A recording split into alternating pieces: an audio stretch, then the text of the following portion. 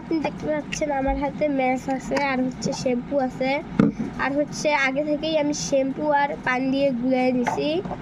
এখন হচ্ছে আমি কাঁটা চামচ দিয়ে একটু গুলিয়ে নেব। হাতে এখন আমি লিখবো আই।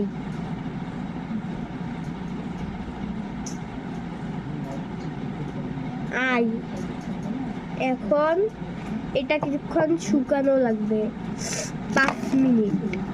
আচ্ছা আপনি দেখতে পাচ্ছেন আমার হাতে একটি কাগজ আছে আর আমার হাতটাও শুকিয়ে গেছে। এখন আমি হচ্ছে নিয়ে যাব ম্যাচটা নিয়ে পুরাবো। দেখেন